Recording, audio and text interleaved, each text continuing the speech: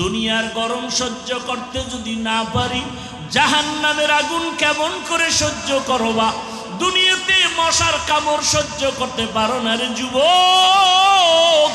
গুনাহ নিয়া নামাজ বাদ দিয়া দাড়ি কামাইয়া বেপরদার গুনাহ নিয়া যদি কবরে যাও, ওই কবরে দুই পার্শ্বের মাটির চাপ কেমন করে সহ্য করবা?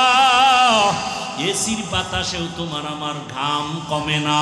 হাসরের ময়দান তো আরো কঠিন। রহমতের নবী কান্না করে বলেন, আয়েশা, কিয়ামতের ময়দানে উম্মতেরা পাগল হয়ে দৌড়াবে, উলঙ্গ নবীদের কাছে যাবে সুপারিশের জন্য। আদম নবী বলবে, আমি সুপারিশ করতে পারবো না। ঈসা নবী বলবে, আমি পারবো না। মুসা নবী বলবে, সুপারিশ করতে পারবো না।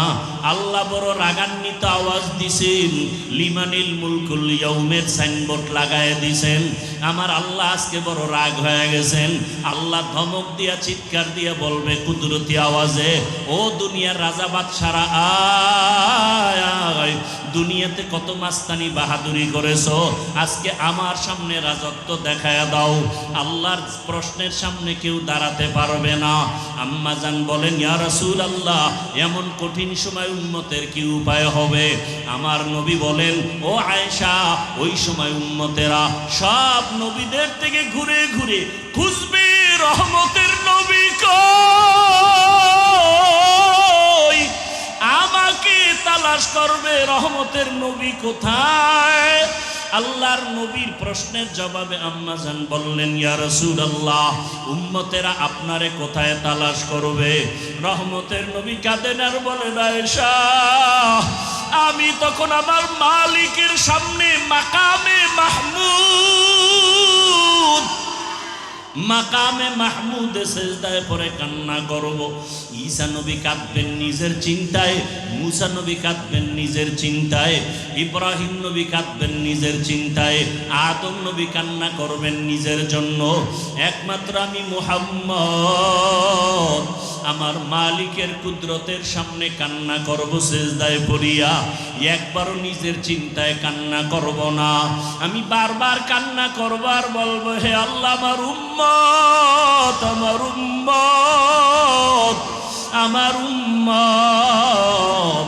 আমার আল্লাহ পাক তখন দয়ার নজর দিয়া বলবেন, নবী আপনি কাঁদবেন না, আপনি মাথা উঁচু করেন, আপনার উম্মতগুলো ধরে ধরে আপনি জান্নাতের দিকে নিয়ে যান। আম্মা জান আয়েশা বলেন, ইয়া রাসূলুল্লাহ, তখন আপনি কি করবেন? রহমতের নবী বলেন, আমি তখন উম্মতগুলো ধরে ধরে আমি জান্নাতের রাস্তায় নিয়ে যাব। আম্মা জান প্রশ্ন করলেন, ইয়া রাসূলুল্লাহ, কোটি কোটি কোটি মানুষের ভেতরে উম্মতের চিনবেন কি করে? মুসা নবীর উম্মত, ঈসা নবীর উম্মত, ইব্রাহিম নবীর উম্মত, আপনার উম্মত চিনবেন কিভাবে? রহমতের নবী বলেন, আয়েশা, দুনিয়াতে আমার যেই উম্মতেরা 5 বেলার ওযু বানায়া 5 ওয়াক্ত নামাজ আদায় করবে, হাসরের ময়দানে ওযুর জায়গাগুলো নূরের আলোতে ঝলমল করতে থাকবে। আমি নবী দেখে দেখে ধইরা জান্নাতের পথে নিয়ে যাব। নিয়া সব উম্মতগুলো হাউজে কাউসারের সামনে লাইনে দাঁড় করাইয়া দিয়া আমি নবী নিজের হাতে কাউসারের শরবত পান করাবো। আয় আমার উম্মতের আয়, দুনিয়াতে আমার মহাব্বতে নামাজ ছাড়ো নাই, দুনিয়াতে কত মানুষ গালি দিছে দাড়ি কাটো নাই, কত মানুষ টুপিওয়ালা বলে গালি দিছে টুপি ছাড়ো নাই, কোরআনের বিরোধিতা করছে কোরআন ছাড়ো নাই, উলামায়ে কেরামের বিরোধিতা করছে মহব্বত কমাও নাই। আয় আজকে আমি মুহাম্মদ তোদেরকে কাউসারের পানি পান করাবো। আম্মা জানকে নবী বলেন, এক একটা পেয়ালা ভরিয়া ভরিয়া আমি কাউসারের শরবত দিব, আমার উম্মত এক একজনে পান করবে আর পিপাসা থাকবে না। দিতে দিতে এক পর্যায়ে হঠাৎ করে দেখবো পর্দা পড়ে যাবে, পর্দার উপরে আর উম্মত আছে। আমি বলবো, ফেরেশতারা, হাউজে কাউসারের পানি পান করানোর লাইনের উম্মত কি আর নাই বলে আছে, কেন পর্দা ফালাইলা? ফেরেশতারা বলবে, ইয়া রাসূলুল্লাহ, এরা আপনার আসল উম্মত না, সুন্নতের আমল করে নাই, নামাজ পড়ে নাই, রোজা রাখে নাই, পর্দা করে নাই, এরা এমন উম্মত, এরা এরা কপাল পরা উম্মত, নিজেও নামাজ পড়ে নাই, অন্যে নামাজ পড়ে পছন্দ করে নাই, নিজেও দাড়ি রাখে না, অন্যে দাড়ি রাখে তাও পছন্দ করে না, নিজে হালালভাবে চলে না, অন্যে হালাল খায় তাও পছন্দ করে না, নিজে পর্দা করে না, অন্যেরা পর্দা করে তাও পছন্দ করে না। রহমতের নবী বলেন আয়েশা, তখন আমি রাগান্বিত হয়ে বলবো, সোহকান সোহকা লিমান গাইয়ারা মিন বাদি, দূর হইয়া যারে উম্মত, আমি তোদেরকে উম্মত বলে স্বীকার করতে চাই না। গাইবি আওয়াজ তখন শুরু হয়ে যাবে, আওয়াজ আসবে জাহান্নামের ফেরেশতারা ওদের ধর, জাহান্নামের শিকল লাগাইয়া জাহান্নামের রাস্তায় নিতে থাকো, জাহান্নামের আগুনের গরমে চামড়াগুলো খসে খসে পড়ে যাবে।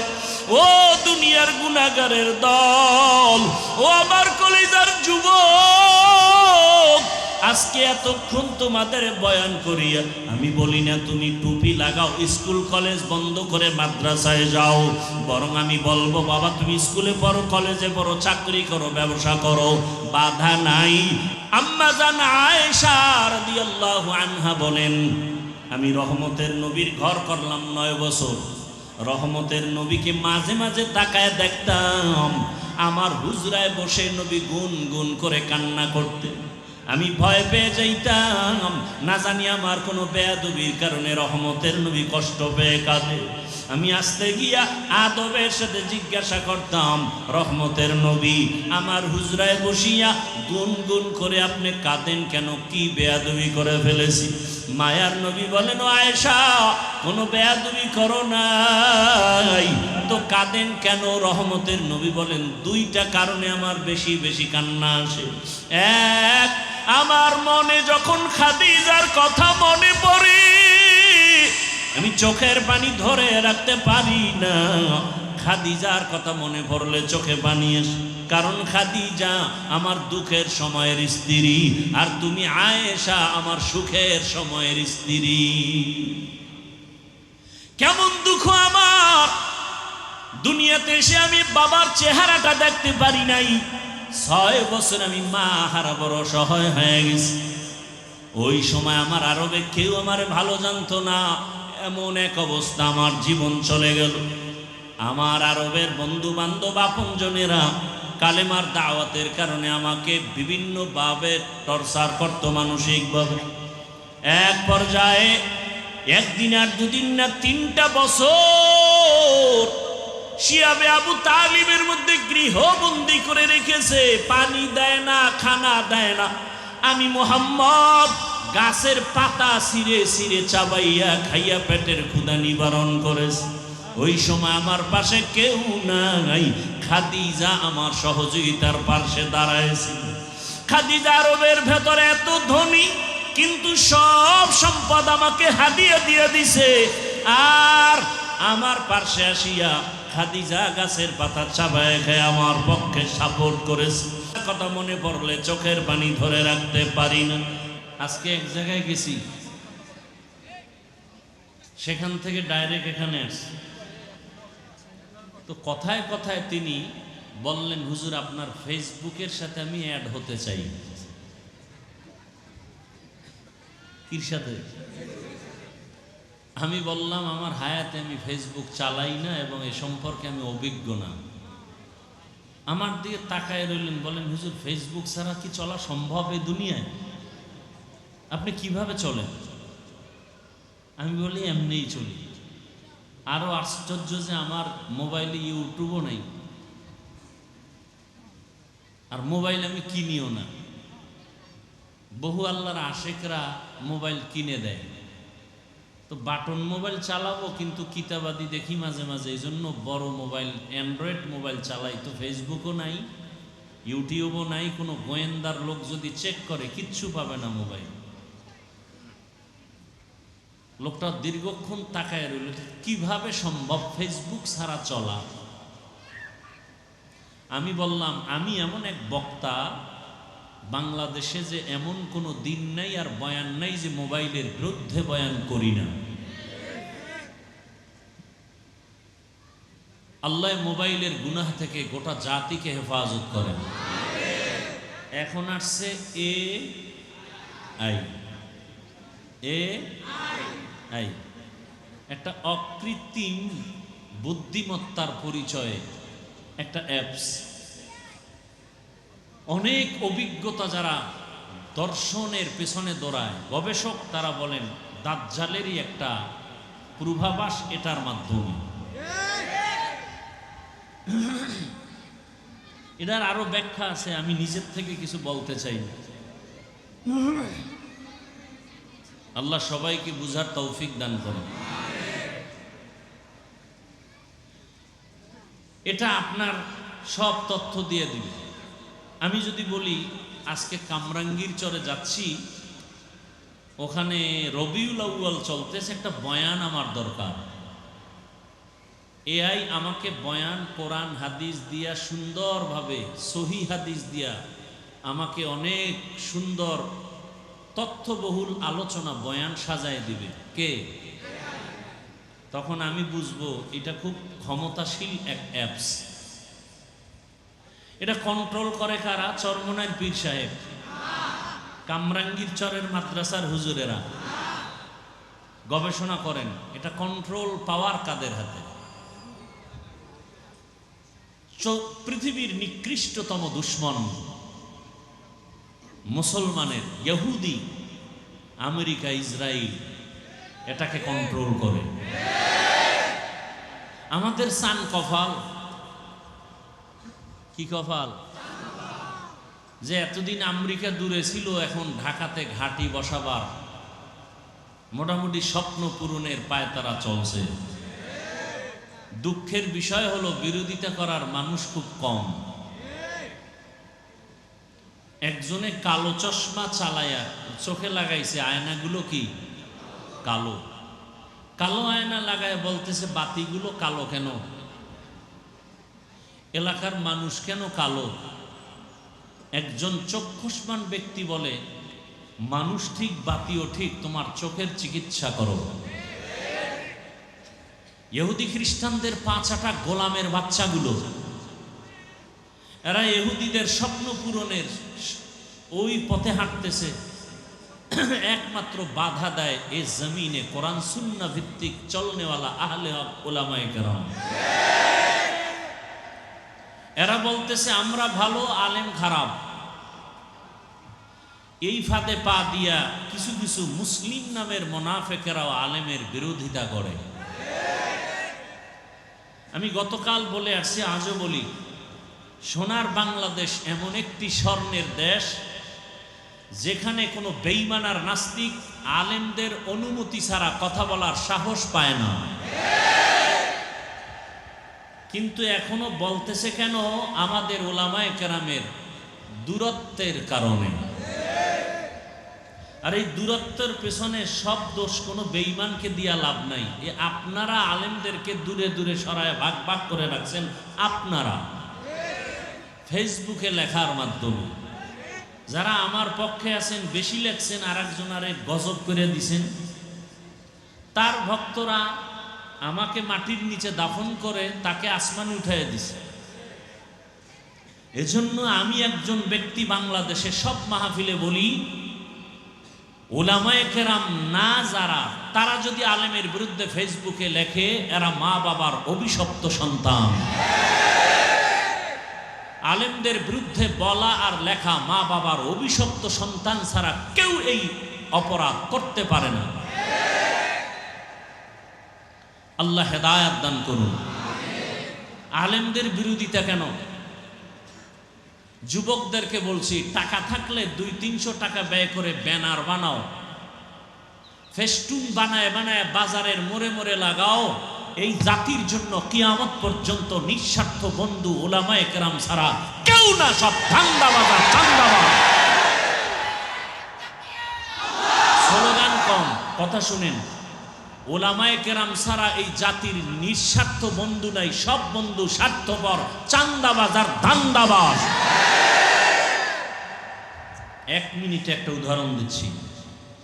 মহামারী করোনার কথা ভুলে গেছেন? সেই সময় বাবারে ধরছে করোনায়, ওই বাবার দুই কুলাঙ্গার শিক্ষিত সন্তান ট্রিপল মাস্ক লাগায়া দরওয়াজা জানালা বন্ধ করে রাখছে, বাবার লাশের কাছে যায় না, মরার ভয়। এলাকার গরিবদেরকে বলল টাকা দিব, লাশটা টেনে রাস্তায় ফেলে দে। বাবার লাশ রাস্তায় ফেলে দিল। সন্তান কুলাঙ্গার শিক্ষিতরা দরজা খুলে জানালা খুলে দেখলো না বাবার লাশ কুকুরে খেলো না জানাজা হলো। ইতিহাস মানুষকে আসমান পর্যন্ত উঠায় নেয়। ভুলে যায় না, সেই সময়ে এই জমিনের শত শত করোনার লাশ আমার দেশের টুপিওয়ালা আলেমরা কাঁধে নিলেন, গোসল করালেন, কাফন পরালেন, জানাজা কমপ্লিট করে কবরে রাখলেন। আশ্চর্যের খবর, একজন হুজুরেও করোনায় মরে নাই। আধা মিনিটে আরেকটা উদাহরণ। সরকারি চাকরি করে, বেসরকারি চাকরি যারা করে, সংক্ষেপে জবাব দিবেন তাদের ডিউটি কত ঘন্টা বলেন? নিম্নে বেতন কত? নিম্নে 20,000। টেবিলের নিচে মুক্তার দানা তো আছেই বাম হাতে, তাহলে ডিউটি 8 ঘন্টা, নিম্নে বেতন। মসজিদের ইমাম সাহেবদের ডিউটি কত ঘন্টা? বেতন কত? কোনদিন ইমাম আন্দোলন করেছে? নামাজের সূরা উল্টা পড়েছে?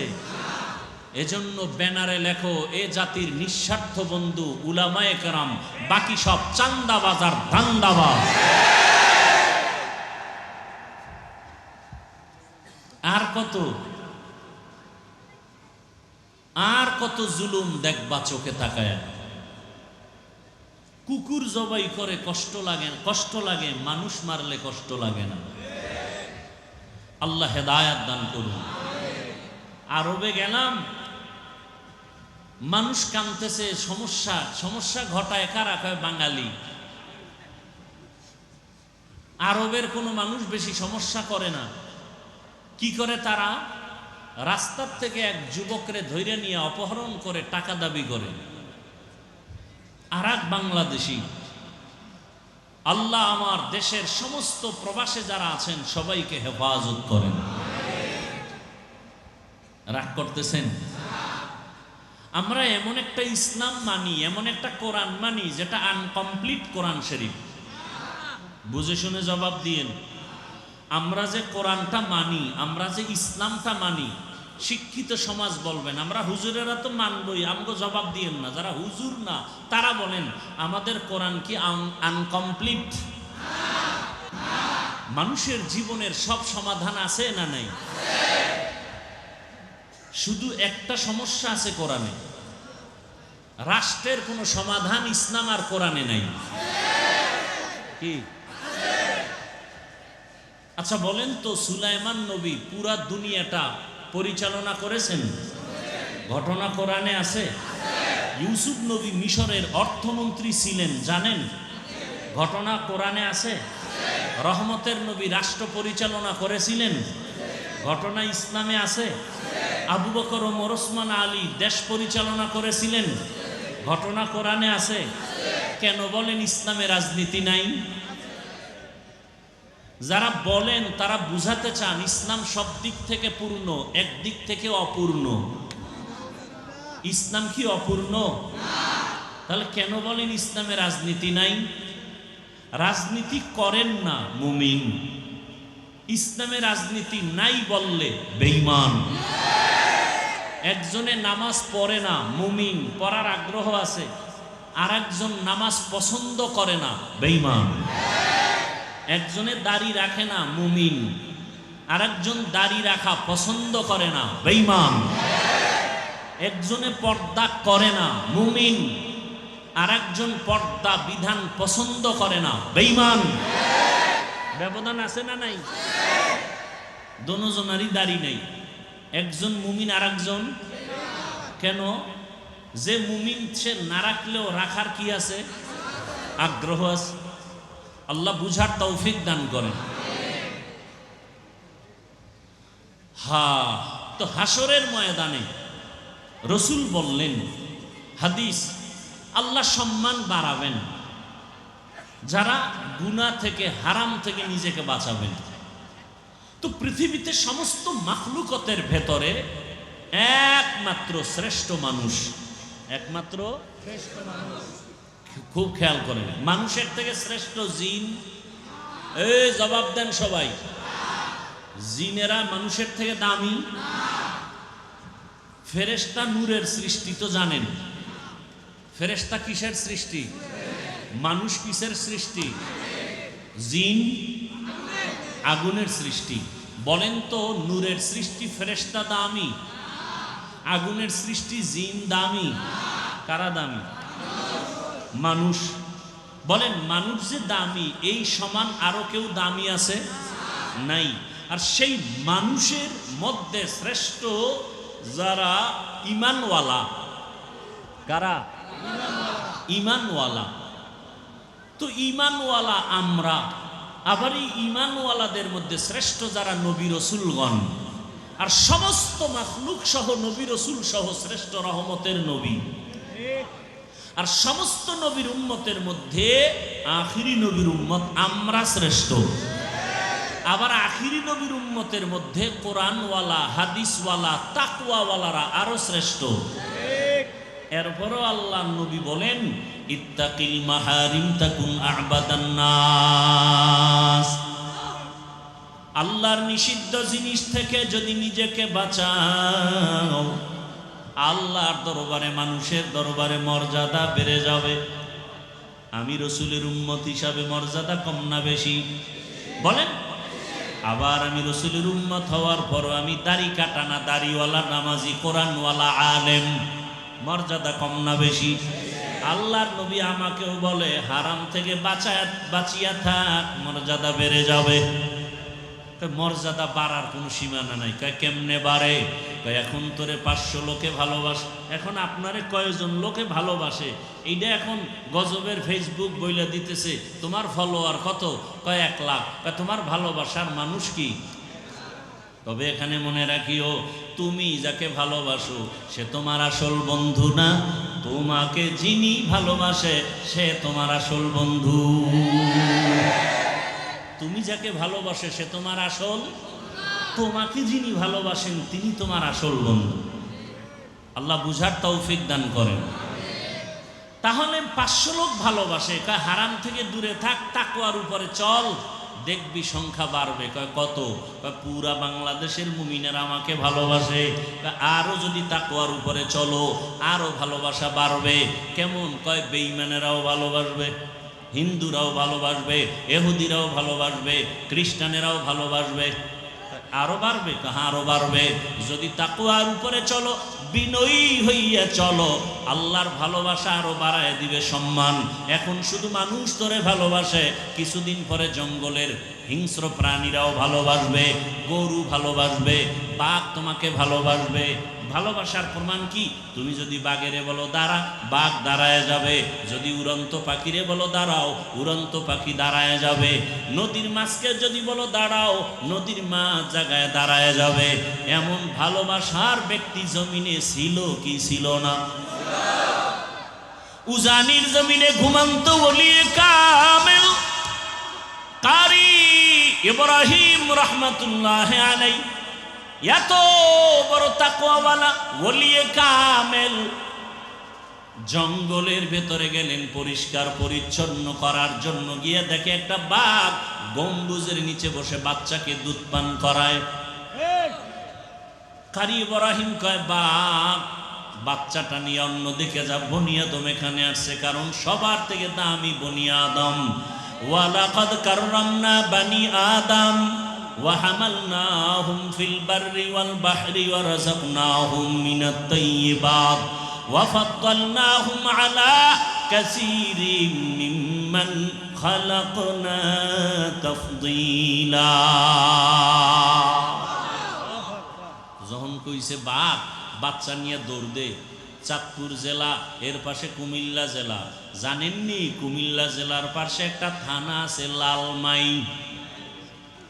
জানেন না? লালমাই থানার মধ্যে একটা পাহাড় আছে যাকে লালমাই পাহাড় বলে। কারি ইব্রাহিম যখন কথা বলছেন, বাঘ তার বাচ্চা নিয়ে লালমাই পাহাড়ের দিকে রওনা হয়ে গেছে। প্রশ্নকারীরা বলবে এটা কেমনে সম্ভব? আমি তোমাকে প্রথম জবাব দিব, এটা এমনিই সম্ভব। আমি দি পারি না। না, তুমি বেশি গাঞ্জা খাও তো পারবা, আলেমেরে গালি দাও পারবা। খোদার কসম, এখনো যদি জিহ্বাটারে পবিত্র রাখতে পারো,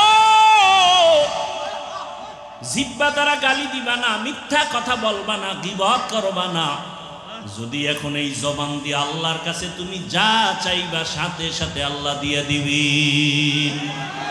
আতিনা ফি দারে দুনিয়া না হাসান, আতিনা ফি দারে উকবা না হাসান, ইয়া গিয়াসাল মুস্তাগীসি নাহদিনা লফতিখারা বিল উলুমে ওয়াল গিনা। হর গড়ি দে নেকো তু তৈয়ার হে, জু না মাঙ্গে উসসে তু বেজার হে। কারি ইব্রাহিমের কথা বাক শুনেনি? কথা বলেন না কেন? শুনে। এই কুদরতি ক্ষমতা কার? আচ্ছা, এখন যারা এত বুঝতেছে না তাদের কাছে একটা বাংলা দলিল দেই। কি দলিল? গ্রাম অঞ্চলে গরু দিয়া হাল চাষ করেনি, আপনারা জানেন? আচ্ছা, যারা চাষ করে গরু দিয়া, লাঙ্গল জোয়াল চালায়, এরা কি মেট্রিক পাস, বিএ পাস, না লাঙ্গল পাস? মোটামুটি সাধারণ মানুষ, তাই তো? নামাজ নাই, তেমন আমল আখলাক ভালো নাই। সত্য কথাটা স্বীকার করেন। যারা চাষাবাদ করে তারা অনেক শিক্ষিত না, সাধারণ মানুষ। বলেন তো তাদের কথা গরু শুনেনি? সত্য কথা স্বীকার করেন। গরুডারে যখন বলে দাঁড়া, দাঁড়ায়নি। ডানে যা যায়নি, বামে যাইতে বললে যায়নি। একটা মূর্খ চাষি বেনামাজির কথা যদি গরু শুনতে পারে, একজন জিকির করনেওয়ালা আল্লাহওয়ালার কথা কেন বাঘ শুনবে না? থাকো বাদ আবু আতিশ বান্দান, মামানো তু মুর্দা বাহাক জিন্দা। এ যারা বুঝে না রাখা উলিয়া উলিয়া, এই জন্যই তো মানি না। গাঞ্জাখুরি কথা কয়, বলে না? বলে না? সন্ধ্যাবেলা 500 হাঁস আছে, হাঁস হাঁস হাঁস আছে না গ্রাম অঞ্চল? এটি পানির মধ্যে ডুবায়। সন্ধ্যাবেলা মালিক যখন আম্মা জান হইয়া ডাক দিছে, ওই হাঁসগুলো আসছেনি কি মায়ের কথা শুনে নাই? শুনছে। একটা মহিলার কথা যদি হাঁস শুই না ঘরে চলে আসে, আল্লাহওয়ালার কথা কেন ভিন্ন মাখলুক শুনবে না? নাম্বার 3, বলেন মানুষ দামি নাকি বাঘ দামি? মানুষ দামি নাকি বটগাছ দামি? মানুষ দামি নাকি পাহাড় দামি? মানুষ। অতএব মানুষের কথা পাহাড় শুনতে বাধ্য। কোন মানুষের কথা পাহাড় শুনবে? যেই মানুষটা আমার আল্লাহর কথা শুনবে।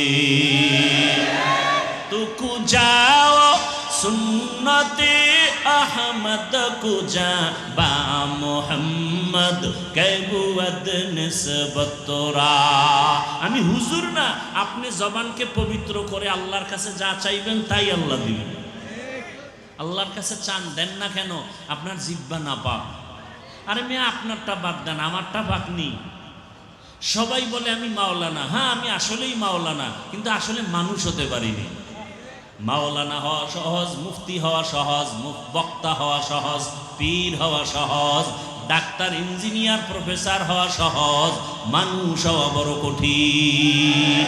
গর্বা সুরত আদমি ইনসাবুদে আহমদ বু জাহলো হামেক সাবুদে আদমিরা আদমিয়ত লাজেমাস औदे रागर बून बशत ही जमाज आदमियत लहमो शहमो पशत नीस आदमियत जुजरे जाए दसते नीस। রহমতের নবী বাইতুল্লাহ কত দামি একটা ঘর না? কেমন দামি। কামরাঙ্গীর চরের মাদ্রাসা মসজিদের দিকে তাকাইলে কোনো সওয়াব নাই, জাতীয় মসজিদ বাইতুল মুকাররমের দিকে তাকায় থাকবেন কোনো সওয়াব নাই। কিন্তু বাইতুল্লাহ এমন একটা ঘর, ইন্না আউয়ালা বাইতিন উযিআ লিন-নাস লাল্লাযী বিবাক্কাতা মুবারাকাও ওয়া হুদা মুবারাকাও ওয়া হুদাল লিল আলামিন।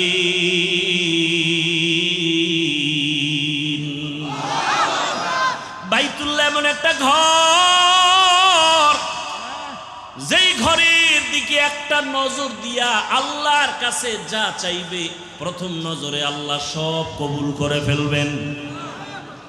বাইতুল্লাহ এমন একটা ঘর, যেই বাইতুল্লাহর সীমানায় ঢুকিয়া একবার যদি বলে আল্লাহ, 1,00,000 বার আল্লাহ বলার সওয়াব পেয়ে যাবেন।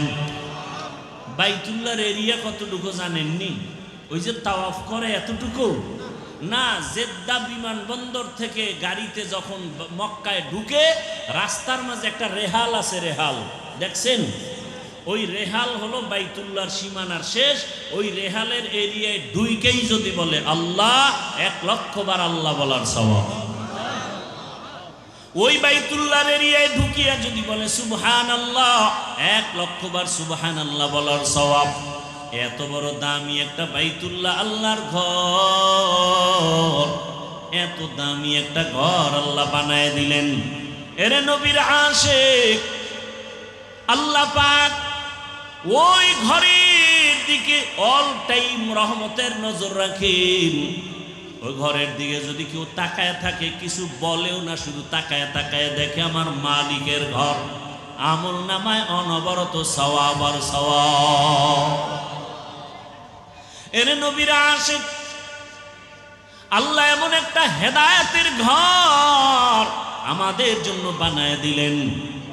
আল্লাহ তাআলা বলেন, ও দুনিয়ার মানুষ, ওই বাইতুল্লাহর এরিয়ার মধ্যে কোনো বেঈমান কিয়ামত পর্যন্ত ঢুকতে পারবে না, হারাম। এমনকি কোনো অপরাধীও যদি অপরাধ করে ঢুকে, চোখের গরম দেওয়া যাবে না, হারাম। কেন? বলে বাইতুল্লাহর পুরো সীমানাটা নিরাপদ এরিয়া, এখানে আল্লাহ কিয়ামত পর্যন্ত নিরাপত্তা দিয়ে দিয়েছেন কসম খাইয়া। ওয়াত্তিনি ওয়াজ্জাইতুন ওয়া তুরি সিনিন ওয়া হাযাল বালাদিল আমিন। তিনের কসম, জৈতুনের কসম, তুরে সিনার কসম, নিরাপদ শহর মক্কা নগরীর কসম। এমন একটা ঘর আল্লাহ বানায় দিলেন বাইতুল্লাহ, যেই বাইতুল্লাহর সফর থেকে যদি কেউ বের হয়, নবী বলেন মায়ের গর্ভ থেকে বাচ্চা যেমন নিষ্পাপ বের হয়, বাইতুল্লাহর মুসাফিরটাও গুনাহ থেকে নিষ্পাপ বের হয়ে যায়। এরে নবীর আশিক, আল্লাহ তাআলা মর্যাদা বাড়াবেন যদি হারাম থেকে নিজেরে বাঁচাও। আল্লাহ তাআলা ওয়াদা করে বলেন কোরআনের ভেতরে, ওয়া আম্মা মান খাফা মাকামা রাব্বিহি ওয়া নাহান নাফসা আনিল হাওয়া ফাইন্নাল জান্নাতা হিয়াল মাওয়া। হাসরের ময়দানে দাঁড়াইয়া আল্লাহর আদালতে হিসাব দেওয়ার ভয়, দুনিয়াতেই যারা গুনাহ থেকে নিজেরে বাঁচায় রাখবে, আল্লাহ বলেন আমি ওয়াদা করলাম বিনা হিসাবে তারে জান্নাত দিয়ে দিব।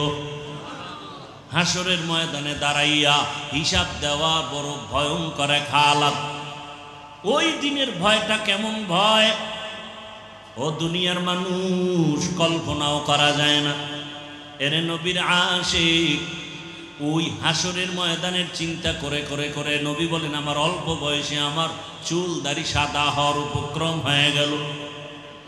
রহমতের নবী একদিন সাহাবায়ে কেরামদের জিজ্ঞাসা করলেন, মরণটাকে তোমরা কত কাছে মনে করো?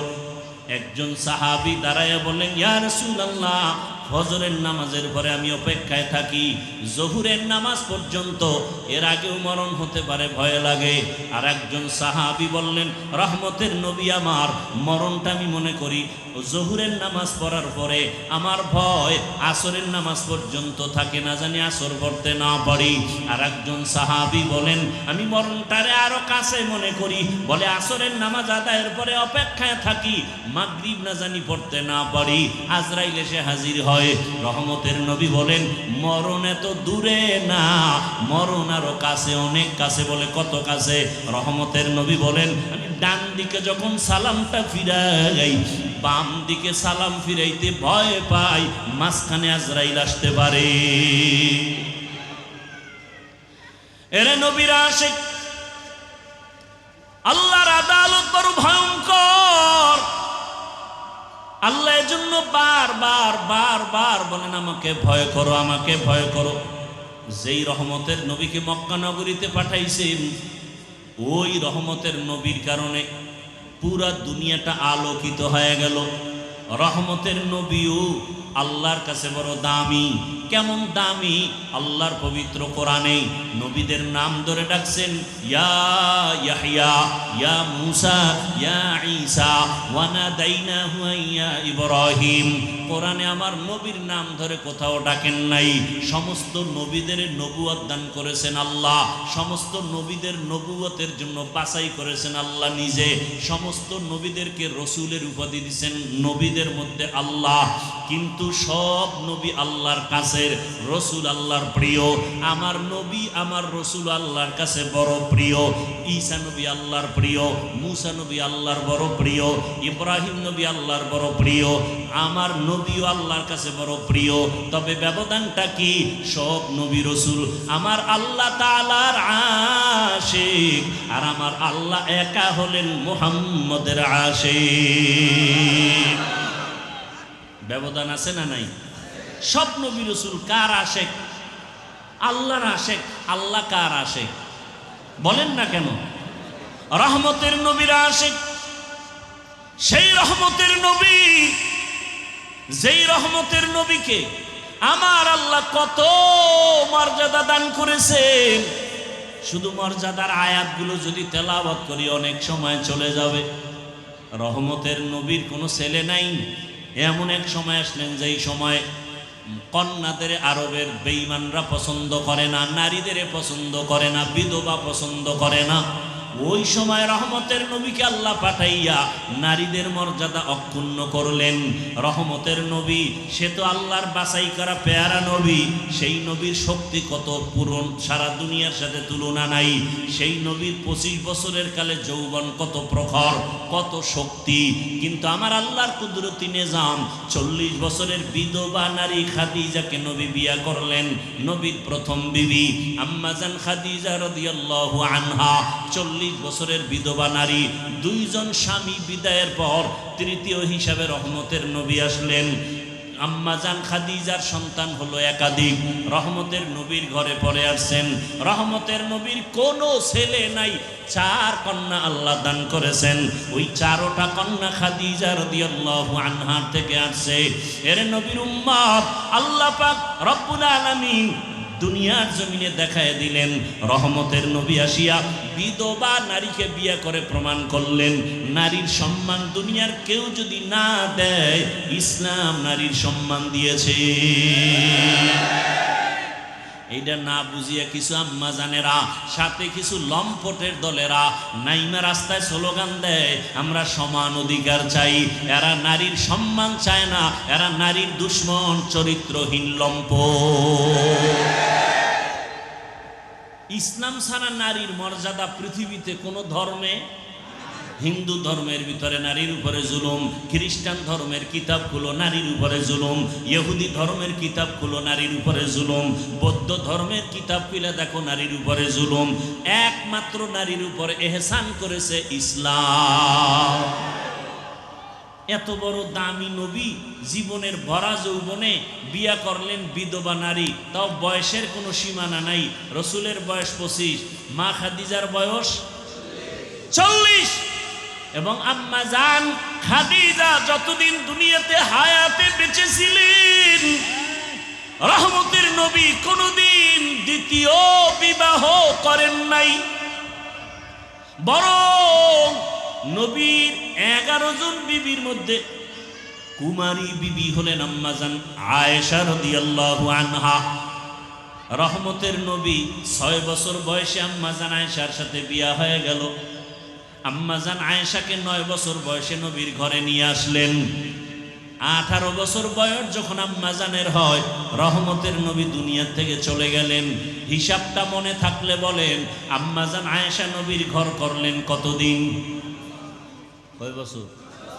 6 বছরে বিয়া, 9 বছরে ঘরে আসলেন, 18 বছরে নবী চলে গেলেন, ঘর করলেন কতদিন? 6 বছর, 9 বছর। আর আমগো সোনার বাংলায় তো 18 বছরের বোনদের বিয়েই হয় না, বয়স হয় নাই, আকাম করার বয়স হয়ে গেছে, বিয়ার বয়স হয় নাই। এখনো ইমাম সাহেব বলবে, ইমাম সাহেবের চাকরি নরবরে, কথা বলেন না কেন? বলবে বাল্য বিবাহ বন্ধ, ইসলাম কয় হালাল, আর দুনিয়ার নাস্তিক বেঈমান রাখায় হারাম। ইমাম সাহেব যদি জুমার খতিব বয়ান করে, চাকরি নরবরে, বলবে হুজুর 1 মাসের জন্য বাড়িতে ঘুরাইয়েন। আছে না নাই? সমস্যাটা কেন? কয় শিয়ালের হাতে মুরগি আমানত রাখলে যা হয়, সুদখোর বেনামাজির হাতে মাদ্রাসা মসজিদের চাবি দিলে তাই হয়। সুদখোর বেনামাজির হাতে ধর্মের চাবি দিয়েছে জিব্রাইল ফেরেশতা। কারা দিছে? মজা লাগায় কও, ভোটের আগের রাত্রে যারা টাকা খায়, এরা বাথরুমে গিয়া 10 গ্রাম পায়খানা খাইও, কুলি করলে আর গন্ধ থাকবে না। কিন্তু যারা ভোটের আগের রাত্রে টাকা খাবে, জাহান্নামের আগুন ছাড়া এদের শরীর পবিত্র হবে না। আল্লাহ হেদায়েত দান করুন। তবে আমাদের হুজুরেরা নতুন করে বলতেছে, না খাও, যেহেতু খাবাই, আর কম খাইয়া লাভ কি? সবগুলির থেকে চাইয়া চাইয়া খাবা, খাইয়া বলবা যে টাকা আমগো থেকে চুরি কইরা চান্দাবাজি করে নিছো, আমগো দে, খাইয়া লইয়া ভোটটা দিবা ইসলামের পক্ষে। টাকা খাইতে কম খাইও না, যেহেতু খাবাই, আর কম খাইয়া লাভ কি? খাইয়া এরপরে ওরে সালাম দিয়া ভোটটা দিবা ইসলামের পক্ষে। কি? আল্লাহ বুঝার তৌফিক দান করেন, আল্লাহ হেদায়েত দান করেন। जिंदगी में बंदगी तू कर नहीं, जिंदगी में बंदगी तू कर नहीं, जिंदगी में बंदगी शर्मिंदा है, जिंदगी में बंदगी शर्मिंदा है। दुनिया में हो दुनिया का तलबगार न हो, बाजार से गुजर हो खरीदार न हो, दुनिया एक मिसल कागज फूल है, ये दुनिया एक मिसल कागज फूल है, जिंदगी में बंदगी तू कर नहीं, जिंदगी में बंदगी तू कर नहीं,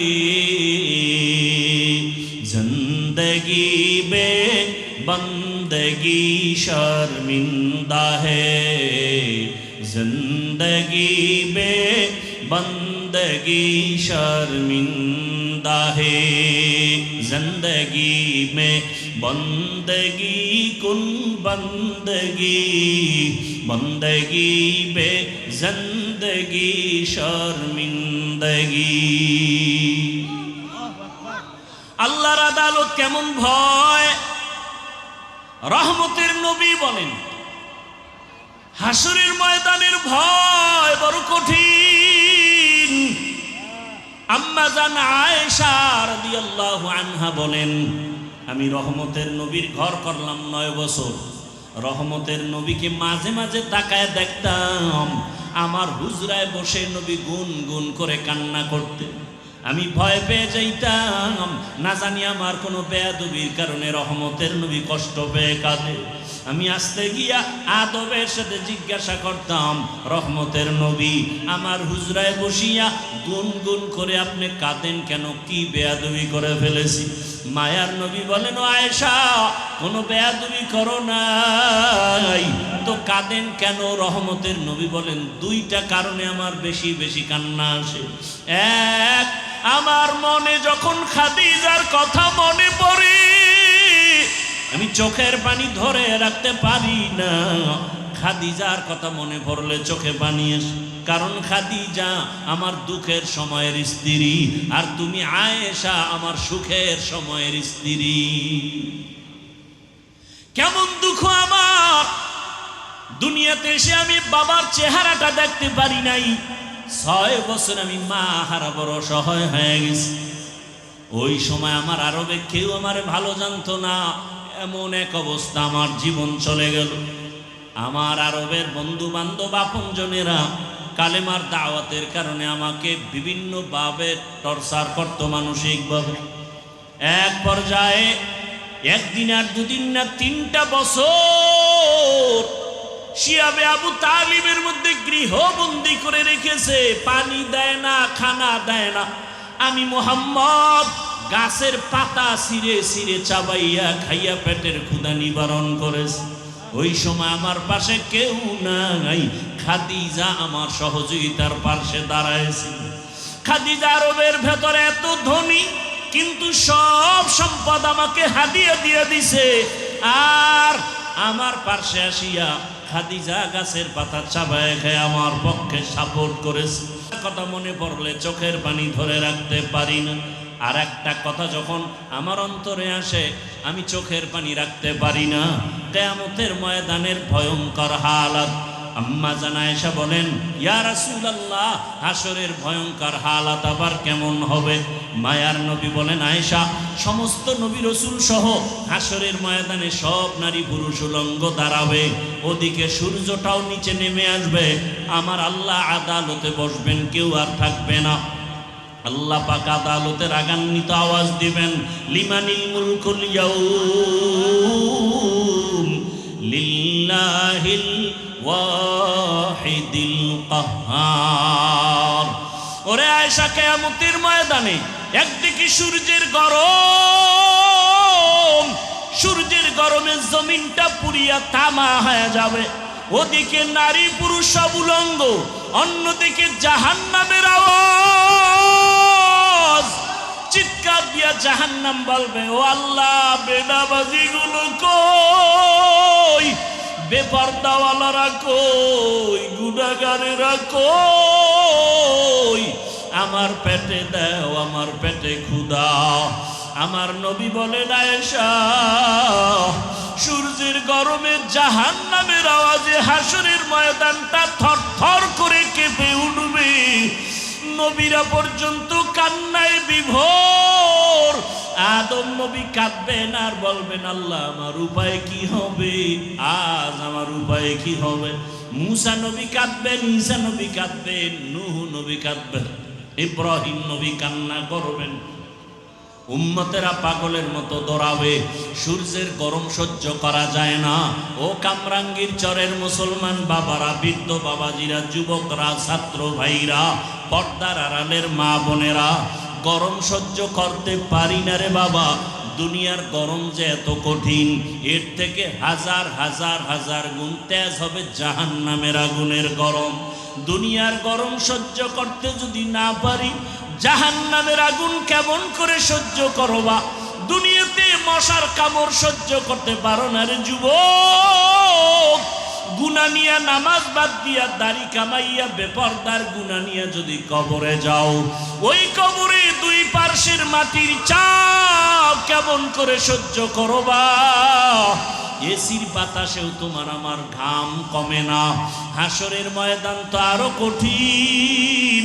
রহমতের নবী কান্না করে বলেন, আয়েশা কিয়ামতের ময়দানে উম্মতেরা পাগল হয়ে দৌড়াবে, উলঙ্গ নবীদের কাছে যাবে সুপারিশের জন্য।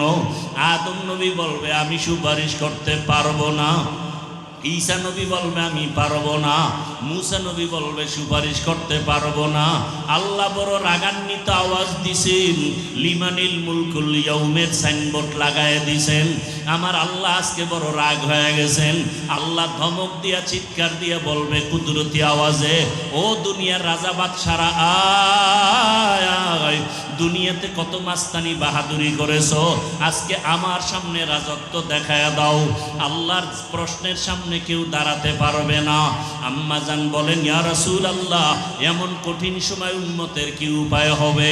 আমার নবী বলেন, ও আয়েশা, ওই সময় উম্মতেরা সব নবীদের থেকে ঘুরে ঘুরে খুঁজবে রহমতের নবী কই,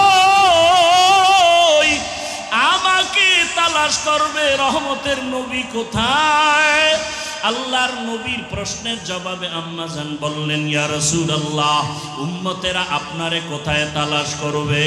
রহমতের নবী কাঁদেন আর বলেন, আয়েশা, আমি তখন আমার মালিকের সামনে মাকামে মাহমুদ, মাকামে মাহমুদে সেজদায় পড়ে কান্না করব। ঈসা নবী কাঁদবেন নিজের চিন্তায়, মুসা নবী কাঁদবেন নিজের চিন্তায়, ইব্রাহিম নবী কাঁদবেন নিজের চিন্তায়, আদম নবী কান্না করবেন নিজের জন্য।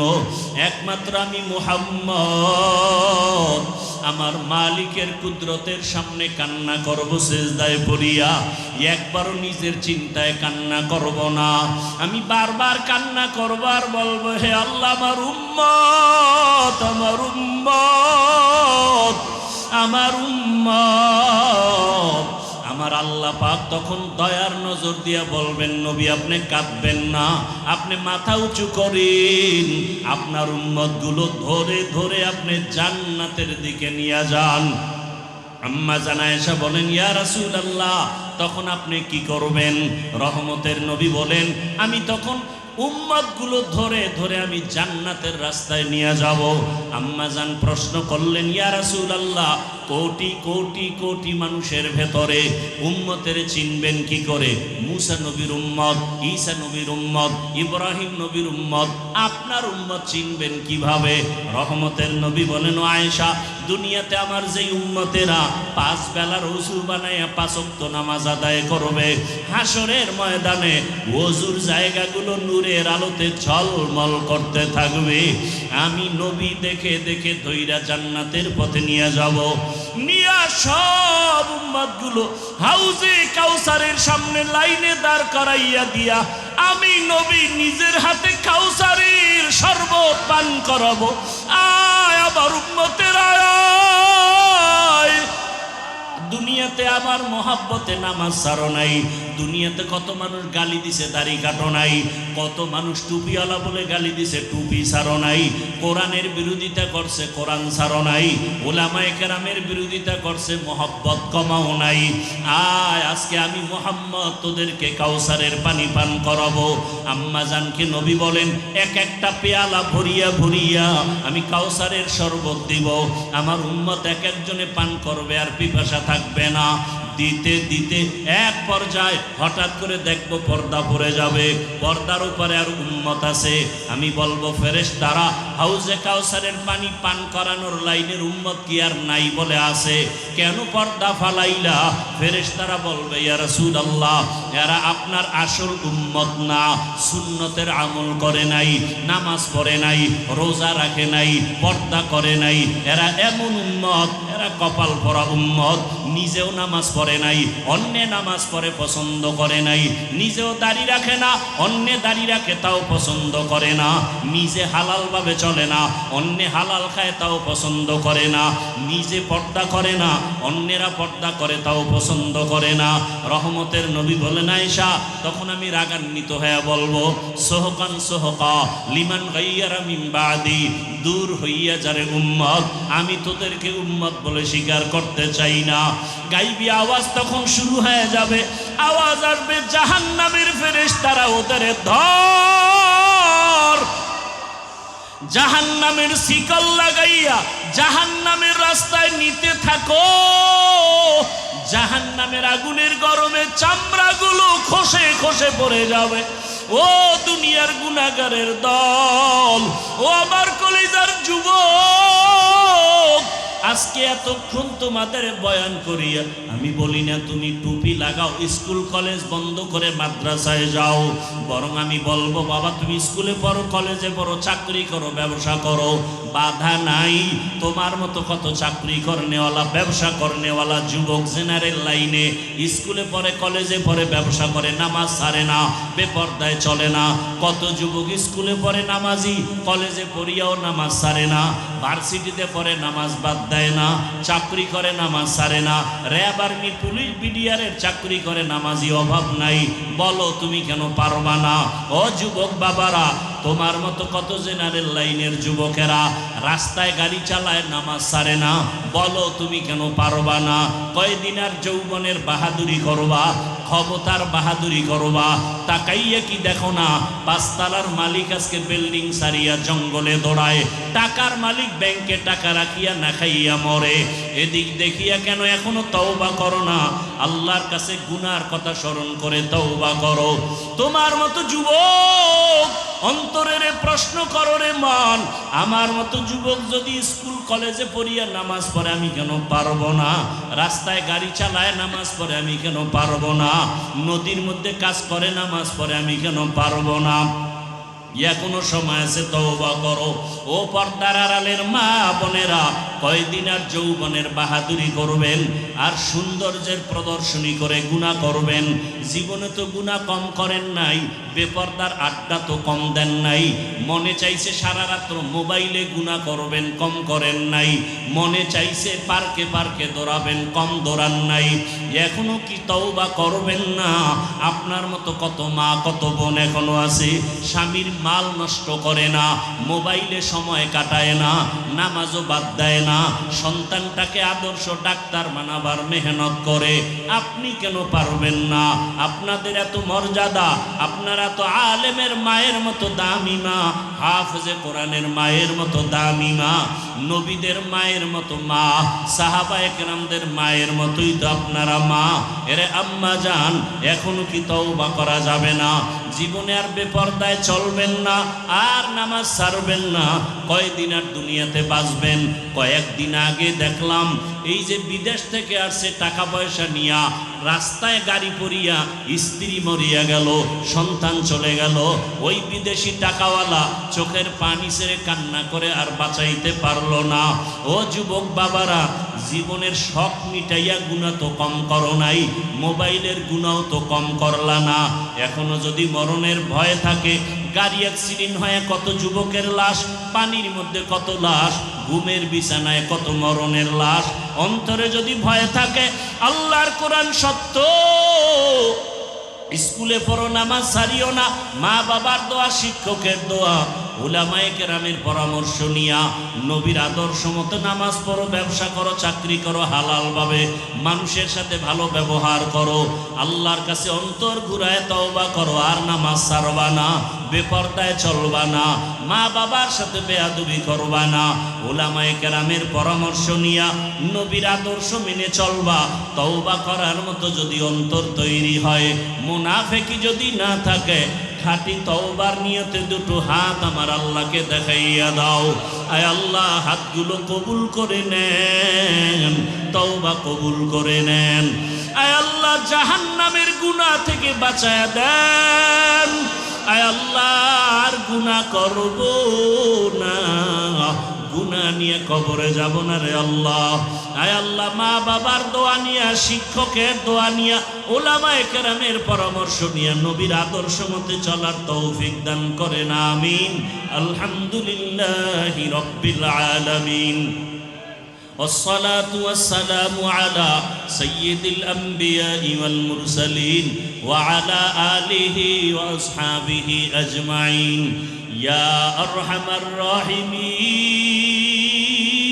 الراحمين يا أرحم الراحمين يا أرحم الراحمين رب ارحمهما كما ربياني صغيرا اللهم إنك عفو كريم تحب العفو فاعف عنا اللهم إنا نسألك رضاك والجنة ونعوذ بك من سخطك والنار اللهم ارحمني بترك المعاصي اللهم ارحمني بترك المعاصي اللهم ارحمني بترك المعاصي اللهم إنا نسألك بأن لك الحمد لا إله إلا أنت المنان يا بديع السماوات يا ذا الجلال والإكرام يا حي يا قيوم اللهم إنا نسألك علما نافعا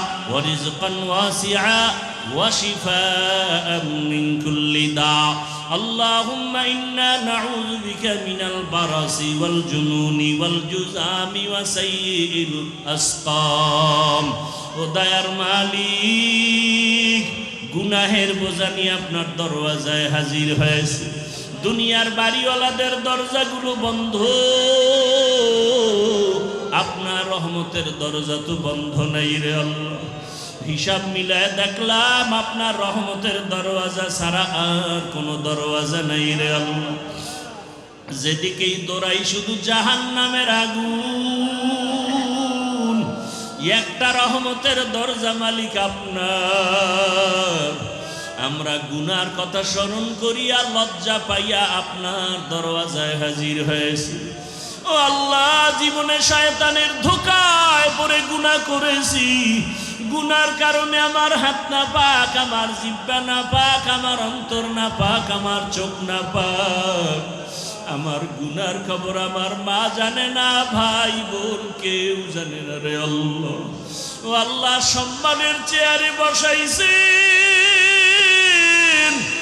গুনাহের কারণে ফালাইয়া দিয়েন না রে আল্লাহ আয় আল্লাহ কুদরতের নজর দিয়ে তাকায় দেখেন এই ময়দানে কত আলেম ওলামারা হাজির সাদা দাড়িওয়ালা মুরব্বীরা হাজির কত ব্যবসায়ী কত চাকরিজীবী ব্যবসায়ী ছাত্র যুবক বাবারা পর্দার আড়ালের মা বোনেরা হাত তুলেছেন আয় আল্লাহ সবার জীবনের সব গুনাহগুলো মাফ করে দেন আল্লাহ আয় আল্লাহ মাহফিল কবুল করে নেন আয়োজনকারী দান সদকাকারীদের কবুল করে নেন এলাকায় শান্তি দান করেন মা বোনদের পর্দাওয়ালা আবেদা বানায় দেন সন্তানগুলো নেককার বানায় দেন লেখাপড়া যারা করে পরীক্ষার্থী কামিয়ে বিধান করেন আয় আল্লাহ প্রত্যেকের সন্তান নেককার বানায় দেন সন্তানের কারণে মা বাবার সম্মান বাড়ায় দেন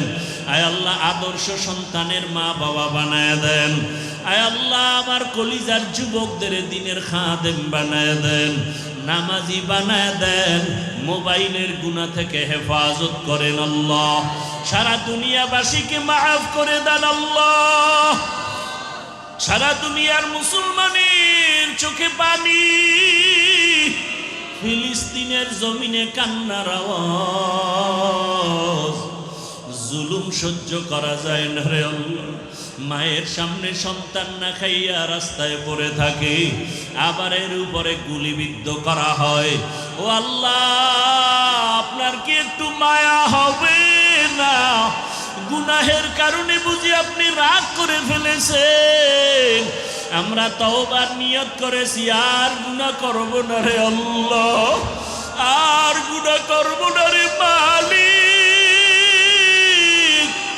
আর মা বাবার সাথে বেয়াদবি করব না আর মুরব্বী শিক্ষকদের সাথে বেয়াদবি করব না উলামায়ে কেরামের পরামর্শ নিয়ে চলবো নবীজির আদর্শ মেনে চলবো ও আল্লাহ আমাদের দয়া করে মাফ করে দেন আয় আল্লাহ আমার দেশের ভাই বোন যারা প্রবাসে জীবন কাটায় তাদের হেফাজত করেন আয় আল্লাহ মুসিবত থেকে হেফাজত করেন কামাই রুজিতে বরকত বাড়াইয়া দেন বাংলাদেশ শান্তির দেশ বানায় দেন আল্লাহ দেশ ও জাতিকে জুলুম থেকে হেফাজত করেন আল্লাহ কত আর এই চোখে জুলুম দেখব